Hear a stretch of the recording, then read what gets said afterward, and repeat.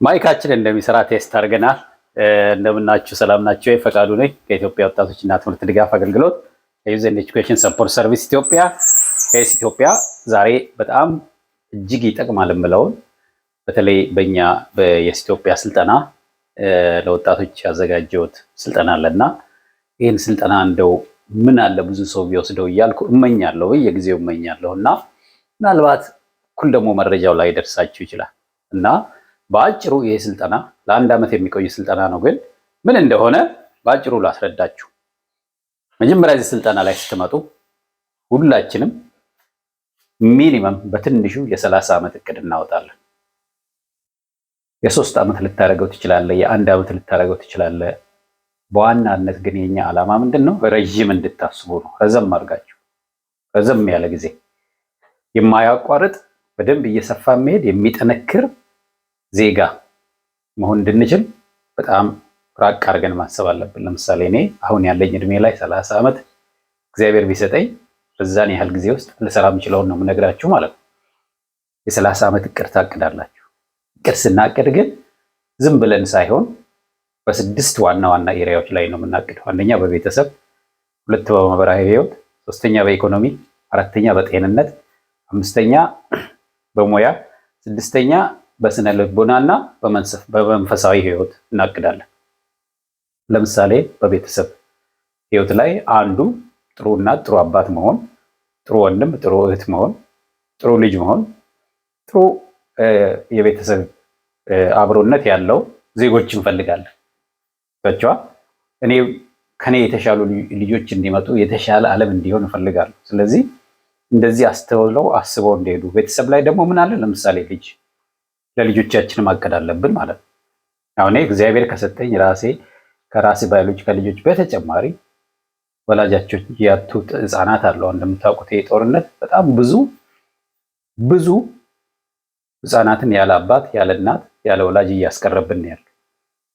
እቺን ሰላም ማምጣቱ አይቀርም፣ እግዚአብሔርም ያግዘናል። ሰላም ከመጣ በኋላ እኔ ማን ነው እነኛን ህፃናት የሚያግዘው? ማን ነው ከለላ የሚሰጣቸው? እኔና እናንተ አስበን ማንሄድ ከሆነ የህይወታችን አካል ካላረግ ነው ከንፈር መምጠጥ ብቻ ነው የሚሆነው ማለት ነው። እንደዛ እንዳይሆን ለምሳሌ እኔ 4 ብያለሁ። እግዚአብሔር ብርታቱን ይስጠኝ፣ ያጠንክረኝ፣ ለዛ ያድርሰኝ። 4 ወላጅ አልባ ህፃናትን አሳድጋለሁ ብያለሁ። የዛሬ 30 ዓመት ህይወቴ ከልጆቼ ጋር አብረው ያድጋሉ። ማህበራዊ ህይወቴ ላይም እንደዚሁ በኢትዮጵያ በኩል እንደዚሁ ህዝቡን ማገልገሌን ትልልቅ ተቋማትን መገንባቴን እቀጥላለሁ ብያለሁ። 8 9 ትልልቅ ተቋማትን ኢትዮጵያ ውስጥ እንገነባለን ብለናል። 2ቱ ተጀምረዋል። 3ኛው ይሄውን የምታዩት ማህበራዊ ሚዲያ ላይ ያለው ነው። እንደዚህ እያደረግን አስበንበት አቅደን የህይወታችን አካል አድርገን በየቀኑ እንሰራለን ማለት ነው። በሙያም በኢትዮጵያ እንደምታውቁት በጣም ብዙ ስራዎች እየሰራን ያለ ነው እና ጤንነቴንም በተመለከተ እንደዚሁ በየጊዜው የአካል እንቅስቃሴ ማድረግ፣ በ6 ወር አንዴ ሐኪም ቤት ሄዶ ሙሉ ምርመራ ማድረግ፣ ጤንነቴን ከስር ከስር መከታተል እና በመጨረሻ ደግሞ መንፈሳዊና የስነ ልቦና መረጋጋት፣ ማስተዋል፣ ከእግዚአብሔር ጋር ጥሩ ህብረት መፍጠርና ራስን አረጋግቶ ዓለም ሊያመጣ የሚችለውን ጥሩና መጥፎ ነገሮች በዘዴ ማለፍ ይፈልጋል ማለት ነው። ይህን የ30 ዓመት እቅድ ካቀዳችሁ በኋላ ለምሳሌ በኢኮኖሚ ስንት ቢሊዮን ዶላር ነው እንዲኖር የምትፈልገው በሚቀጥለው 30 ዓመት ውስጥ በግልጽ ማስቀመጥ አለብን። ይህን ካስቀመጥክ በኋላ ስዎት አናሊሲስ ምንለው አለ። የኔ ጥንካሬ ምንድን ነው? ደካማ ጎኔ ምንድን ነው? በአካባቢ ምን ጥሩ ነገር አለ? በአካባቢ ምን መጥፎ ነገር አለ? የሚል እንጽፋለን። ለምሳሌ ታታሪነት የጥንካሬ ነው። ቀጠሮ ማብዛት ደግሞ ደካማ ጎኔ ነው። ኢንተርኔቱ በአካባቢ ያለ ጥሩ ነገር ነው። ጦርነቱ በአካባቢ ያለ መጥፎ ነገር ነው። ፖለቲካው ይሄ በጣም ቶክሲክ የሆነው ወንድሞቻችንን እህቶቻችንን እያባላብን ያለው ለዓለም ስንት ክፉ ነገር እየተረፈ ያለው በአካባቢያችን ያለ መጥፎ ነገር በዘዴ መሄድ ይፈልጋል ማለት ነው። ስለዚህ ጥንካሬን በደንብ አጠነክራለሁ፣ ደካማ ጎኖችን ቀንሳለሁ፣ በአካባቢ ላይ ያለውን ጥሩ ነገር እጠቀምበታለሁ፣ በአካባቢ ያለ መጥፎ ነገር እንቅፋት እንዳይመታኝ እጠነቀቃለሁ ማለት ነው። ዘረዝራቸዋለሁ በደንብ። ከዛ አክሽን ፕላን እናወጣለን። በየቀኑ የምንሰራት ለምሳሌ የዛሬ 30 ዓመት እዛ ደርሳለሁ ብያለሁ። ቀላል ነው እንደዛ ማለት ትልልቅ ነገር ማቀድ በጣም አሪፍ። ዛሬ ግን ምን ታደርጋለህ እዛ ለመድረስ?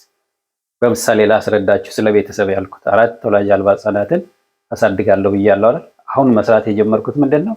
ኢትዮጵያ ውስጥ ያሉ ወላጅ አልባ ህጻናትን የሚያሳድጉ ተቋማትን መመዝገብ፣ ወላጆቻቸውን የሌላቸውን ልጆች መመዝገብ፣ መረጃ መሰብሰብ፣ እነሱን መተዋወቅ፣ አብሮ ሊመጡ የሚችሉትን ጥሩና መጥፎ ነገሮች ማወቅ ይፈልጋል። ከየቀኑ ይሰራል ማለት ነው። 30 ዓመት ሊደርስበት የፈለግኩትን ዛሬ የሚቀጥሉትን 24 ሰዓት የሚቀጥሉትን 1 ወራት የሚቀጥሉትን ሳምንታት ተጠቅሜ ግን ርቆ የሚያስብ ዛሬ እጁ ላይ ያለውን እየሰራ ግን የት እንደሚደርስ የሚያስተውል ሰው ጉዞ አደርጋለሁ ማለት ነው። አክሽን ፕላን እንለዋለን። 24 ሰዓት አለችን በአንድ ቀን ውስጥ እችን 24 ሰዓት በአግባቡ አስበን አስተውለን መሄድ ማለት ነው። ብዙ ሰው እመኑኝ ከኔው ጭምር አቅደን አይደለም የምንኖረው፣ ወደ ነፈሰበት ነው የምንነፍሰው። በተለይ ማህበራዊ ሚዲያው ላይ ገባ ስንል አንድ ሳናስበው የሆነ ስቶሪ አለ። እሱን ስቶሪ ማየት እንጀምራለን። እዛው ተይዘን ታስረን ነው የምንውለው። ብዙዎቻችን ቴሌቪዥን እንከፍታለን፣ ሳናውቀው ቴሌቪዥኑ የሆነ ዜና ይሰጠናል፣ ወይም ያስደስት ነው ወይም ያሳዝን ነው። ሳናስበው ጭንቅላታችን ታስሮ እንውላለን ማለት ነው ቀኑን ሙሉ። ስለዚህ አክሽን ፕላን ማውጣት አለብን። ጊዜያችንን በአግባቡ መጠቀም አለብን። በጣም በጣም በጣም የግድ ነው ማለት ነው። ሌላ ስልጠናዎች አሉ። የስሜት ብልህነት ኢሞሽናል ኢንተለጀንስ ምንለው፣ ሃቢት ቢልዲንግ ምንለው፣ ኮንፍሊክት ማኔጅመንት ምንለው፣ ሶሻል ሚዲያ ማኔጅ። ለምሳሌ እንዲህ አይነት ሚዲያዎችን መጠቀም ብዙ ሰው በቀላሉ ስልኩ ላይ የሚሰራውን ነገር አሰራሩን አያውቀው፣ የሚያስከፍለው ይመስለዋል። ብዙ ቢያስተምሩ ወጣት ከነሱ የሚማር ሰዎች ጸጥ ብለው ዝም ብሎ ደግሞ አድቫንቴጅ የሚፈልጉ ሰዎች ሚዲያውን ዳሚኔት አድርገው ነው ያሉት። ወንድሞቻችን እየተጫወቱባቸው ነው ያሉት ማለት ነው። በምን ምክንያት? ሻል ያላችሁ ብዙ የምታውቁ ሰዎች ዝም ብላችሁ ነው ያላችሁ፣ ወይ አሰራሩን አታውቁበትም፣ ራሳችሁን አላሰለጠናችሁ። ስለዚህ በየጊዜው ራስን ማሰልጠን ያስፈልጋልና ይሄን የ30 ዓመት እቅድ በስዎት አናሊሲስ በጥንካሬ ደካማ ጎን፣ በአካባቢ ያለ ጥሩ ነገርና መጥፎ ነገር በመደገፍ ከሁሉ በላይ ትልቁ ነገር አክሽን ፕላን በማድረግ 24 ሰዓታችንን በአግባቡ አስበን በምንሳሳት ተኝተን ሲደክመን ተኝተን ስንነሳ ደግሞ እንደዚህ ፕሮዳክቲቭ የሆነ ጊዜ እንድናደርግ ይጠቅመናልና እስቲ እቺን ከጠቀማችሁ የ1 ዓመት ስልጠና አለ። ከዛ ደግሞ ሜንተር አሳይን እናደርጋለን። የሚመክር ሰው ማለት ነው፣ መንገድ የሚያሳይ ባወጣው ኤሪያ ላይ ለምሳሌ በኢኮኖሚ እዚህ መድረስ ፈልጋለሁ፣ ሆስፒታል መክፈት ፈልጋለሁ፣ ትልቅ ግብርና እንትን መክፈት ፈልጋለሁ ካል በዛ ኤሪያ ደግሞ እንድናግዝህ እንድንተጋገዝ ያስፈልጋል ማለት ነው። ይሄን እላችኋለሁ። እስቲ ከጠቀማችሁ ንገሩኝ፣ እንቀጥላለን። ቴንክ ዩ በጣም